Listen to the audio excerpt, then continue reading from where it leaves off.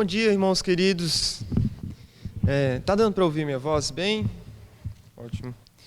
Irmãos, nesta manhã, eu os convido então a abrir a palavra de Deus em Efésios. Vamos meditar na carta de Paulo aos Efésios, no capítulo 4.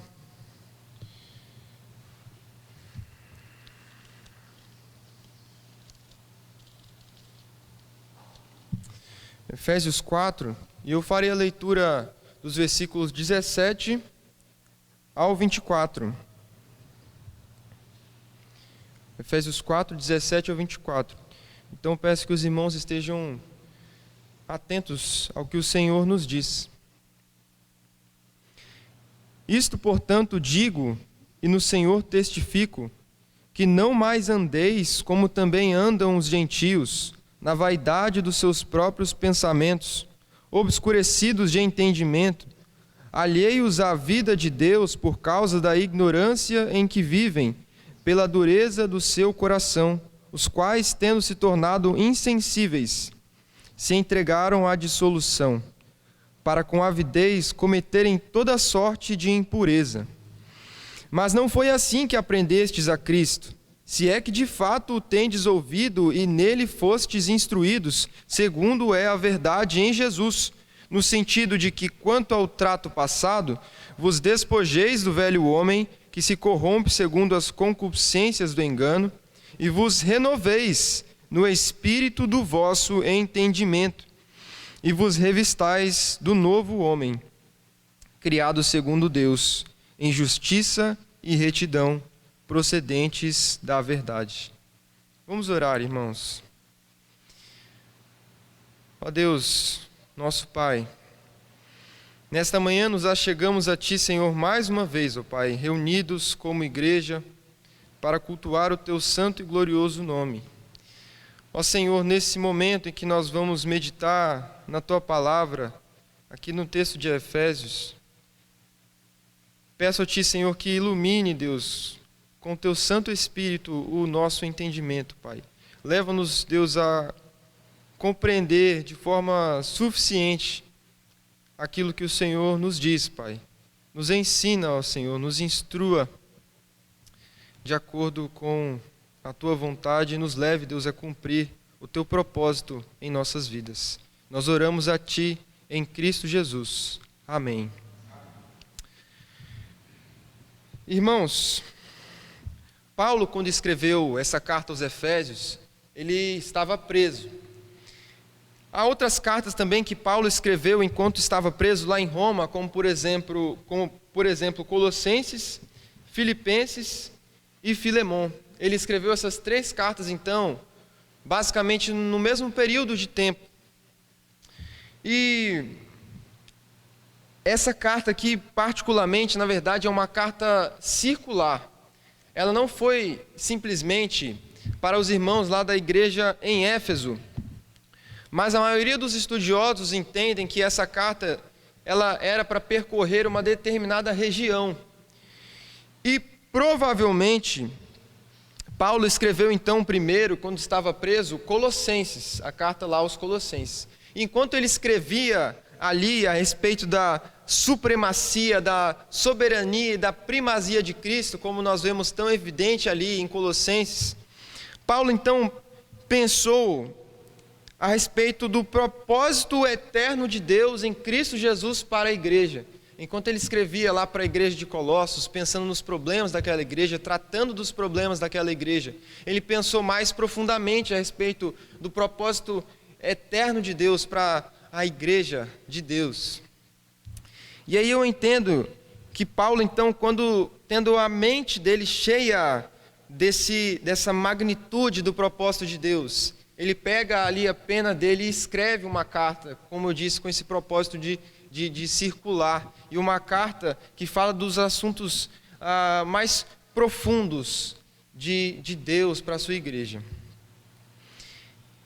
Essa carta, ela começa com uma sequência falando a respeito das bênçãos de Deus, bênçãos espirituais de Deus. E aí inclui então Paulo diversas expressões que ressaltam a sabedoria, a presciência, o propósito de Deus. O Pai, o Filho e o Espírito, na eternidade, decidiram eleger e tomar para si um povo, para ser um povo que deveria ter então um relacionamento com Deus, com esse Deus trino. E Deus então escolhe em Cristo o seu povo para que pelo Espírito viva uma vida de santidade, viva uma vida de adoração. E essa igreja deve ser santa e irrepreensível, como ele diz em Efésios. Ele pegou pessoas que não estavam nem aí, que estavam vivendo de formas totalmente contrárias, adversas a Deus, sendo inimigos de Deus, mortos, como diz Efésios 2, mortos, completamente sem vida. E ele dá vida, ele ama, ele traz para junto de si. E ele faz tudo isso porque Cristo é que media, é que conclui a obra de salvação. E Paulo nos ensina ainda em Efésios que a igreja é o corpo de Cristo. E há algo que ele fala que muitas vezes nós não pensamos muito sobre, mas Paulo diz com clareza que a igreja é a plenitude daquele que a tudo enche em todas as coisas. Então, Paulo mostra como a igreja tem uma posição elevada e magnífica dentro do conceito do que Deus pensa sobre a igreja. Quando João Calvino ele comenta esse versículo de Efésios 1, 23, ele fala com palavras que são fortes, mas muito significativas. Diz assim: até que ele esteja unido a nós, o Filho de Deus se considera em alguma medida imperfeito. A igreja é a plenitude daquele que a tudo enche em todas as coisas. Esta é a mais elevada honra da igreja. Então eu estou querendo que contextualizar para os irmãos a carta aos Efésios, a gente vai chegar no nosso texto. Mas, então, abrangindo aqui todos os 6 capítulos de Efésios, nós entendemos que os 3 primeiros capítulos nos mostram como Deus realiza o seu eterno propósito para a igreja. Então, como Deus realiza o eterno propósito dele para a sua igreja. E Paulo nos ensina que Deus então salva judeus e gentios e une esses 2 povos que estavam separados por conta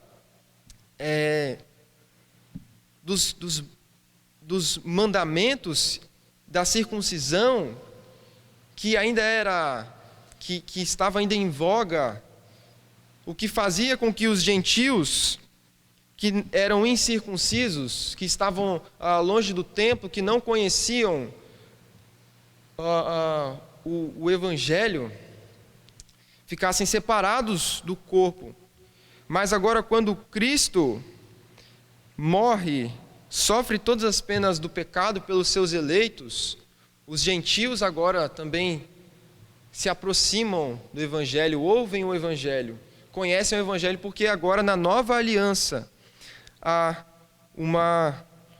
um espalhar do Evangelho. Sai de um centro em Jerusalém, mas passa então para a Judéia, Samaria, até os confins da terra. Paulo mostra, então, como Deus realiza o seu eterno propósito para a igreja. E a igreja, irmãos, é claro que ela inicia no Antigo Testamento, mas a igreja recebe a plenitude do que ela é para ser, quando nós vemos o que Cristo faz e quando nós compreendemos o que Cristo faz. Dos capítulos 4 até o capítulo 6, Paulo mostra agora, dando continuidade à ideia do propósito de Deus, ele nos fala como a igreja assume corretamente a sua missão no mundo a partir dos propósitos eternos de Deus. Então, nos últimos 3 capítulos dessa carta, Paulo mostra com clareza como que a igreja tem que cumprir a missão dela no mundo. Paulo fala desses comportamentos redimidos do povo de Deus. Por exemplo, ele cita a importância da igreja preservar a união, suportando uns aos outros em amor, preservar o vínculo da paz que o Espírito no qual o Espírito une a igreja. Paulo também fala, por exemplo, sobre a importância da oração vigilante, né? No capítulo 6 de Efésios, a gente tem o assunto lá sobre a armadura de Deus, sobre como nós devemos nos portar diante da nossa luta espiritual. E Paulo, então, enfatiza a oração vigilante. Especificamente aqui no capítulo 4, dos versículos 17 ao 24, nós somos exortados a, primeiro, romper com os padrões do mundo e, em segundo lugar, a somente firmarmos a nossa prática cristã na sã doutrina. Então, irmãos, a pergunta que eu quero responder nesta manhã é: como deve ser a vida dos filhos de Deus?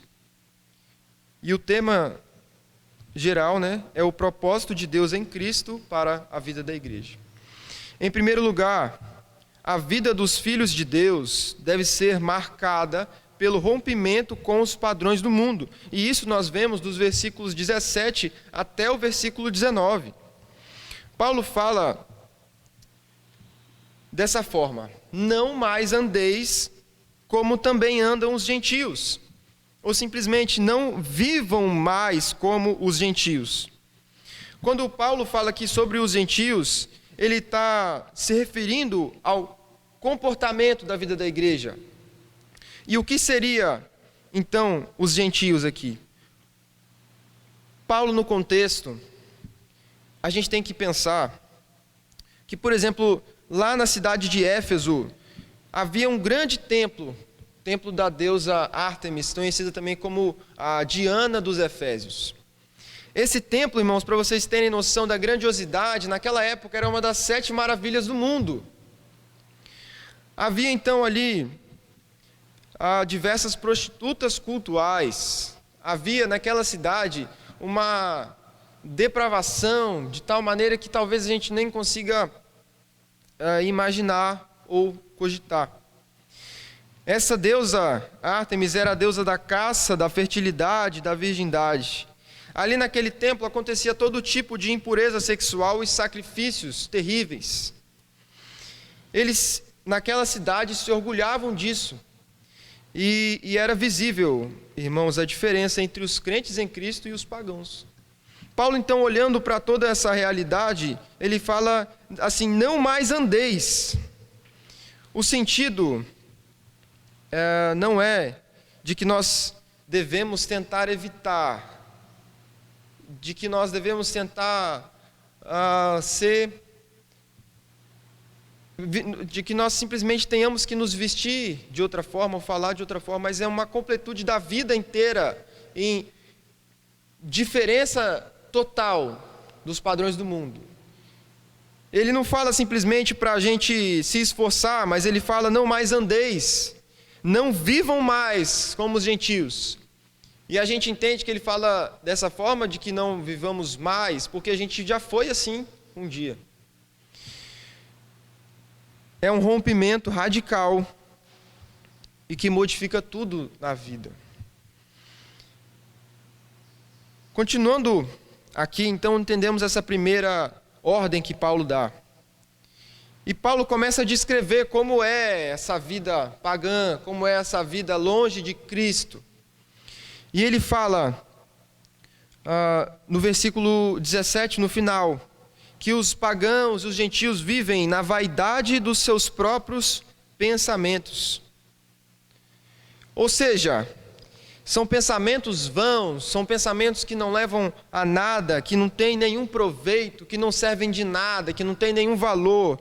São pensamentos fúteis. E isto me lembra aquela parábola que Jesus contou lá em Lucas capítulo 12. Um homem que construiu celeiros, ele tinha celeiros, né? Ele derrubou esses celeiros e falou assim: vou construir outros maiores ainda, porque assim, dessa forma, eu vou conseguir armazenar uma grande quantidade de grãos, vou conseguir armazenar ali o fruto da minha colheita e vou conseguir armazenar os meus bens.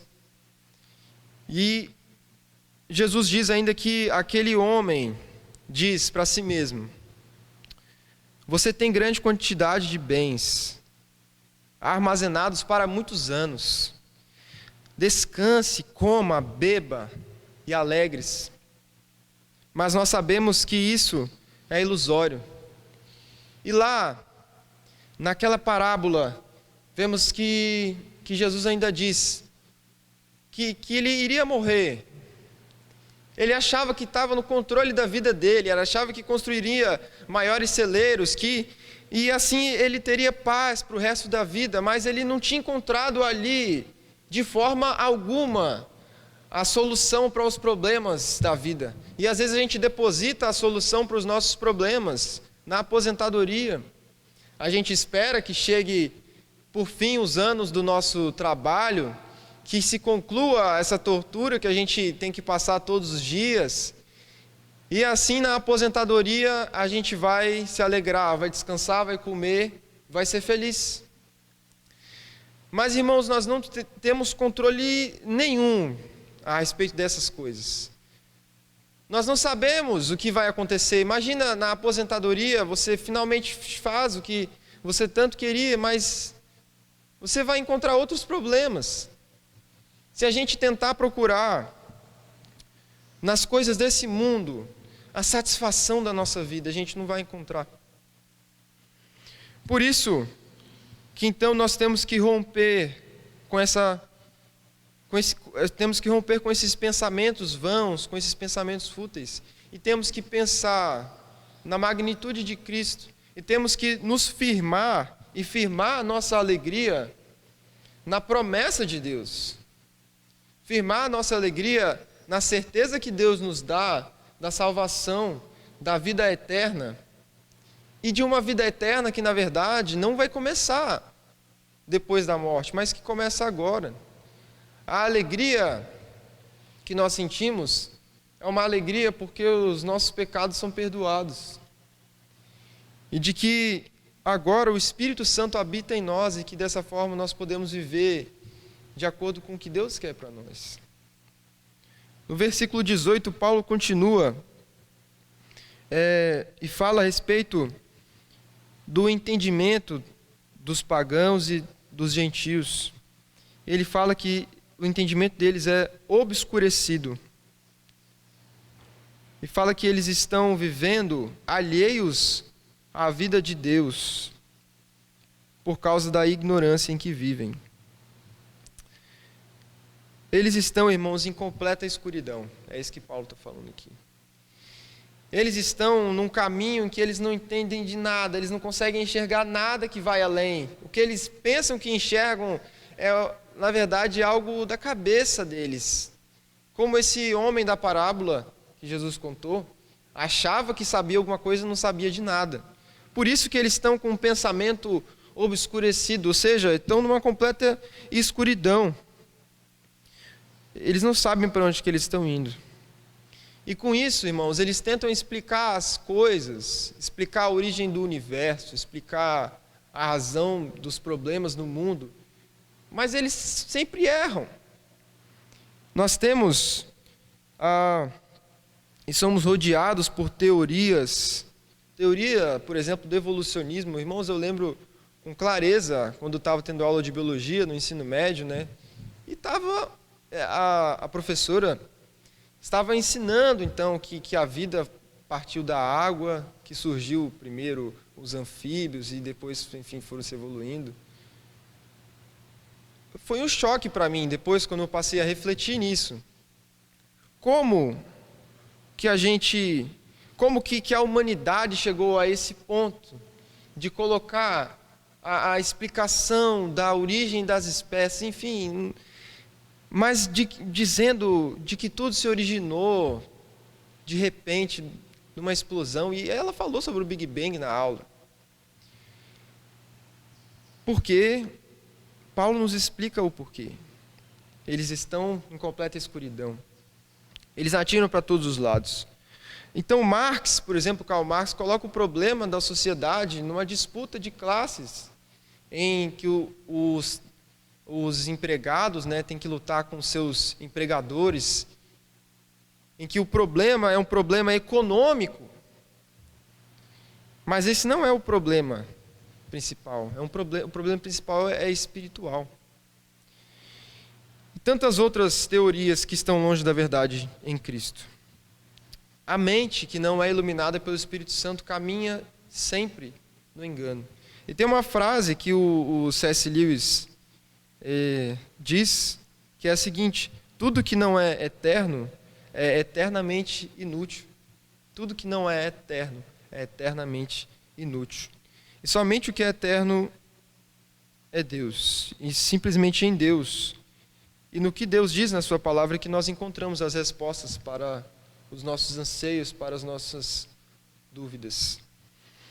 Viver na ignorância, ser separado da vida que somente Deus pode dar, é terrível, mas essa é a realidade dos que estão sem Cristo. O coração desses homens e mulheres está endurecido. No final do versículo 18, Paulo fala sobre a dureza do coração. E no versículo 19, Paulo fala que eles se tornaram insensíveis. Ou seja, a consciência não pesa. O peso das atitudes pecaminosas não tem mais significado nenhum, ou nunca teve, na verdade, nasce nessa condição, de que eles vão buscando satisfazer a carne.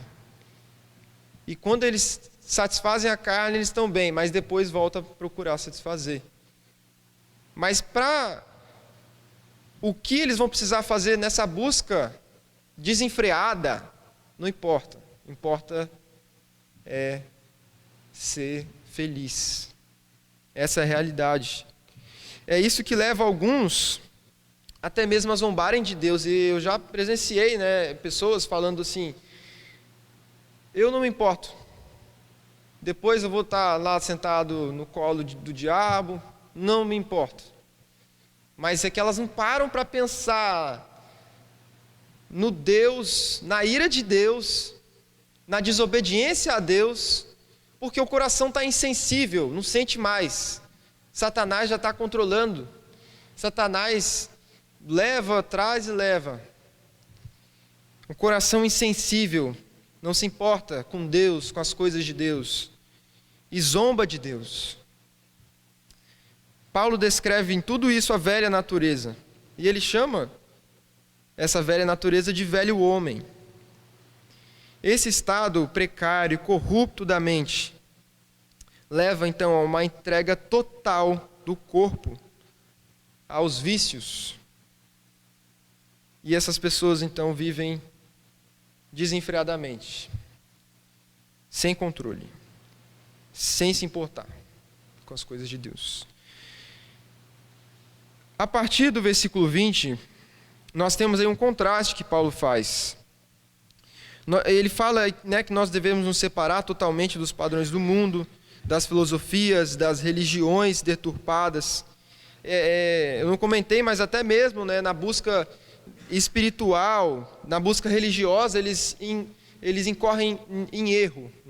Eles inventam religiões e fazem todo tipo de coisa. Mas no versículo 20, Paulo nos ensina qual é o caminho correto, qual é a direção correta da vida cristã. Como deve ser a vida cristã? E aí ele inicia com um contraste. Ele já começa com a palavrinha "e mais", versículo 20. Mas não foi assim que aprendestes a Cristo. Então, vamos passar, irmãos, para o nosso segundo ponto, que é aprendizado da verdade em Cristo. Então, como deve ser a vida dos filhos de Deus? Em primeiro lugar, deve ser uma vida marcada pelo rompimento com os padrões do mundo. Em segundo lugar, a vida dos filhos de Deus deve ser marcada pelo aprendizado da verdade em Cristo. Acho que já deu para nós entendermos que tudo quanto nós fazemos depende daquilo em que nós acreditamos. Todo mundo acredita em alguma coisa. Ninguém passa a vida inteira sem pensar nos propósitos para o que ele faz as coisas. Eles inventam propósitos, mas eles têm propósitos, eles têm motivos. E o Evangelho é uma notícia que a gente recebe com a mente, O Evangelho não é algo que simplesmente nos leva a ir para a igreja, né? A gente acorda domingo de manhã porque a gente entende que a gente separa o domingo para estar junto com a igreja, para cultuar a Deus. A gente faz isso racionalmente. Mas se você não faz isso racionalmente, então que faça racionalmente, que venha de forma intencional e que viva a vida cristã de forma intencional, usando a intelectualidade e a mente e o pensamento que Deus criou no ser humano, que é para ser usado para propósitos justos e santos. Então, não podemos negligenciar de maneira nenhuma todos esses aspectos. E quando se trata de Cristo, não falamos simplesmente no ensino teórico e no ensino eventual, no ensino que acontece de vez em quando, né? Então, muitas pessoas apenas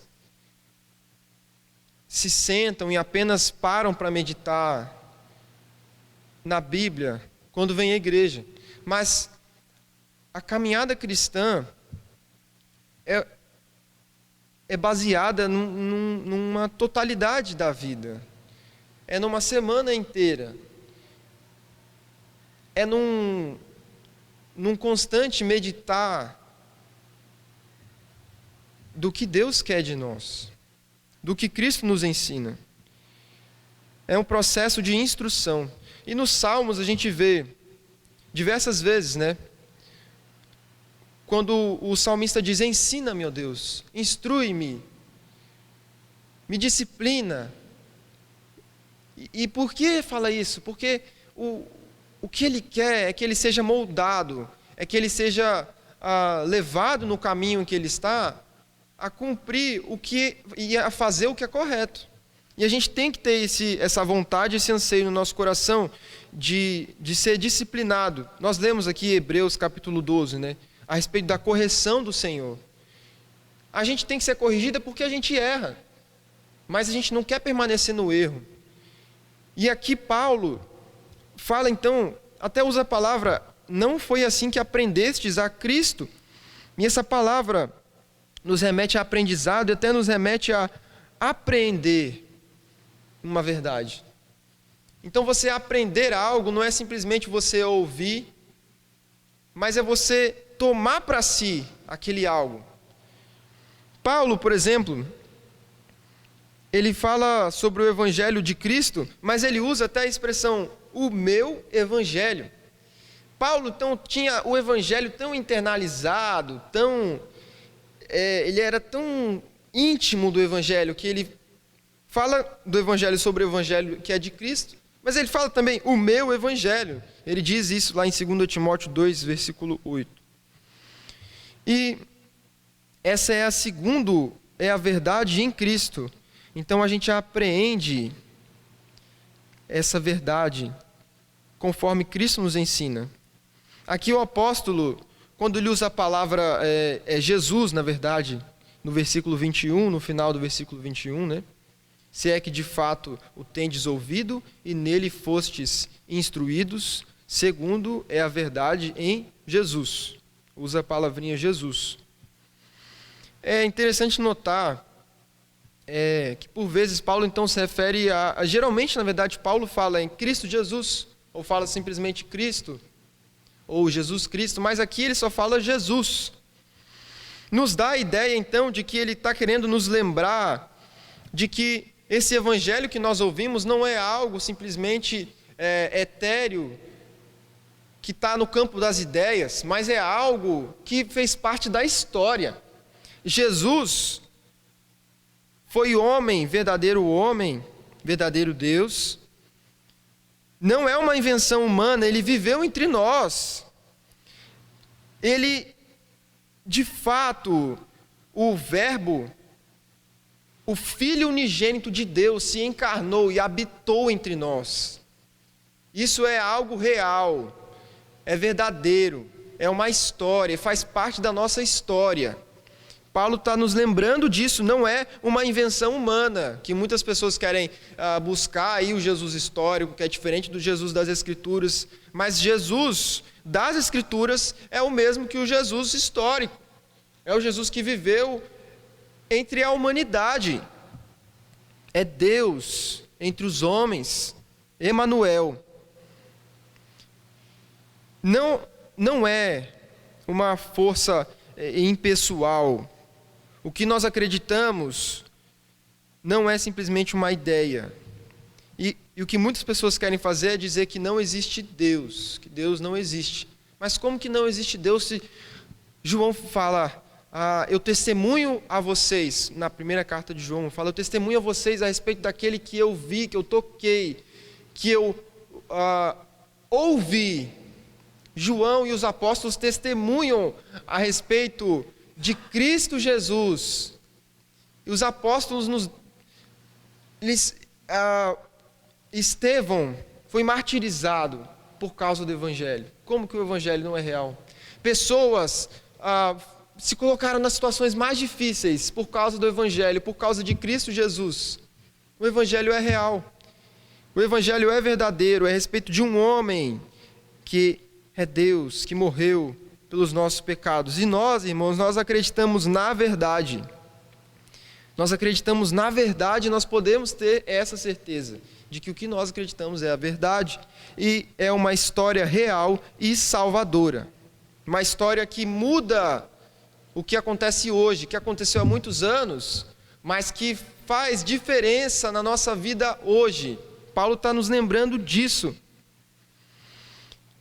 E então, no versículo 22, ele fala agora a respeito da nossa vida que vivíamos, né, como de acordo com o mundo.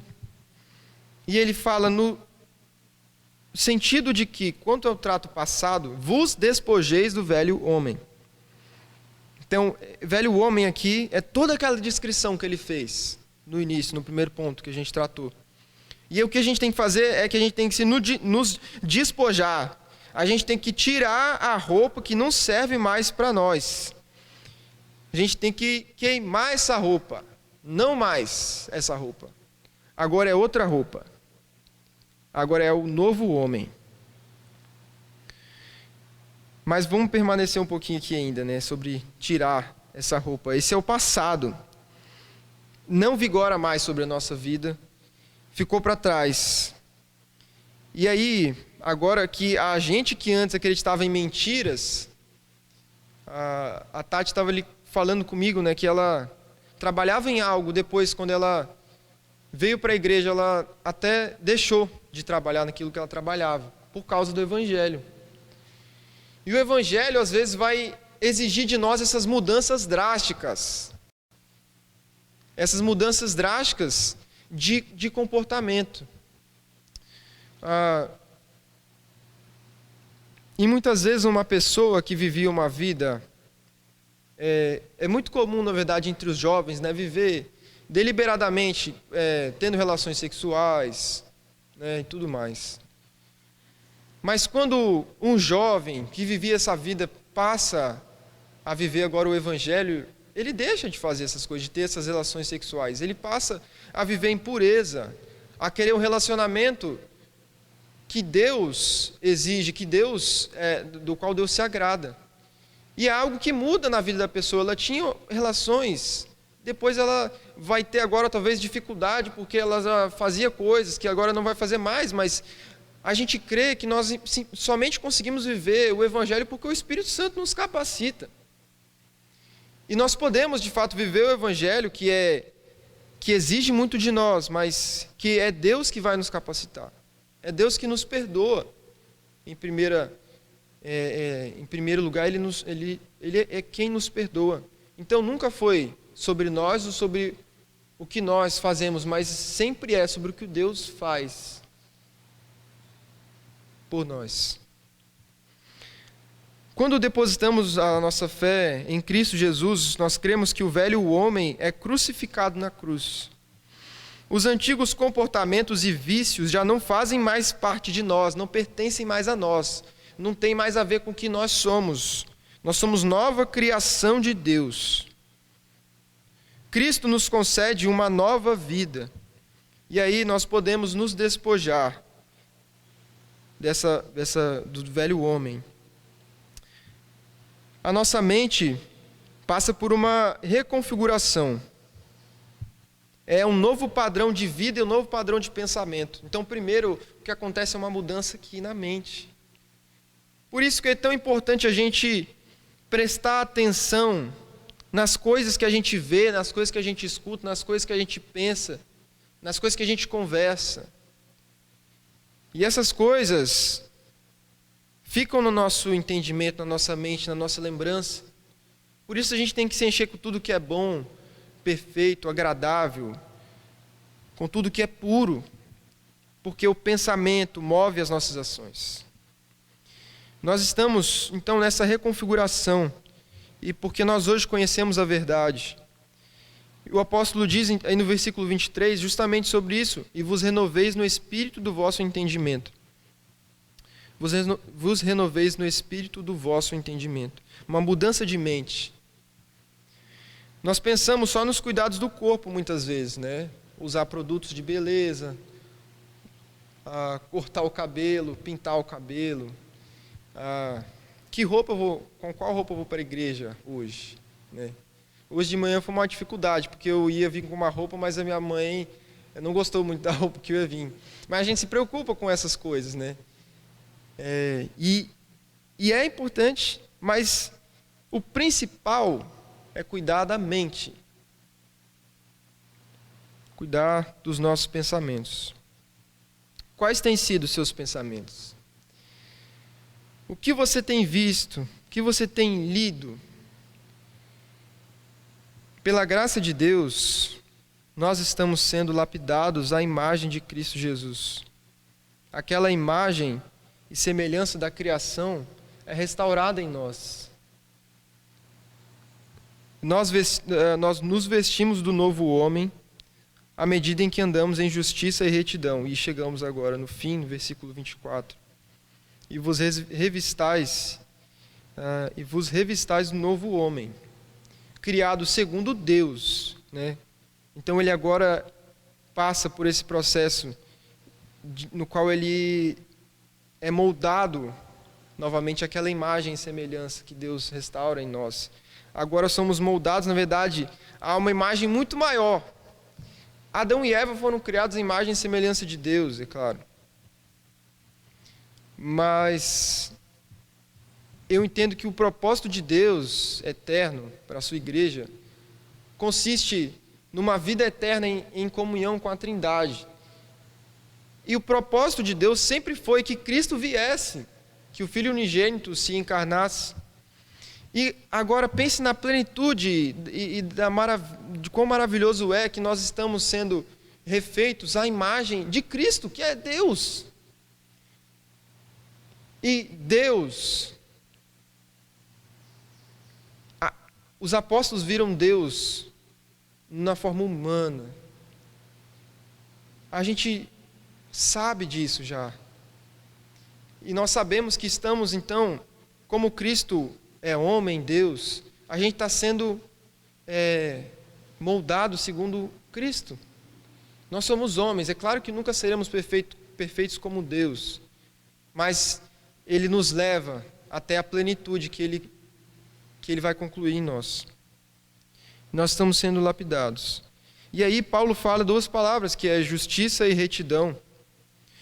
Interessante que aqui, provavelmente, ele lembra ali do decálogo, dos 10 mandamentos. Quando ele fala em retidão, Paulo está se referindo a uma vida de santidade diante de Deus, né, que nós sabemos são os 4 primeiros mandamentos. Não ter nenhum outro Deus. O segundo é não fazer nenhuma imagem, nenhuma figura, nem se curvar, nem servir essa imagem. O terceiro é não tomar o nome do Senhor, Deus, em vão. E o quarto é lembra-te do dia do sábado para o santificar. Entendo que retidão, Paulo se refere a esses 4 primeiros. E injustiça, ele se refere a uma vida no mundo que é de acordo com a justiça de Deus. E são os outros 6 mandamentos, né? Honrar nosso pai, a nossa mãe, não matar. O 7º, não adulterar. O 8º, não furtar. 9º, não dizer falso testemunho. E o 10º, não cobiçar. E nós podemos fazer tudo isso justamente porque Deus é quem nos conduz. E temos essa certeza, esse alívio de que não estamos mais debaixo da culpa de Adão, mas nós agora vivemos debaixo do senhorio e da representatividade de Cristo Jesus. Somos aceitos na família de Deus. Nós podemos realizar as boas obras que Deus preparou para nós. E aí aqueles que se iravam com facilidade não se iram mais com facilidade, mas têm domínio próprio. Aqueles que mentiam para se dar bem não mais compactuam com isso, mas são comprometidos com a verdade. Concluindo, irmãos, nossos pecados foram perdoados em Cristo. E aqueles que Deus concedeu a fé de crerem em Cristo Jesus, são revestidos do novo homem. Mas é claro que esse novo homem não vai ser completamente ainda revestido por nós nesta vida.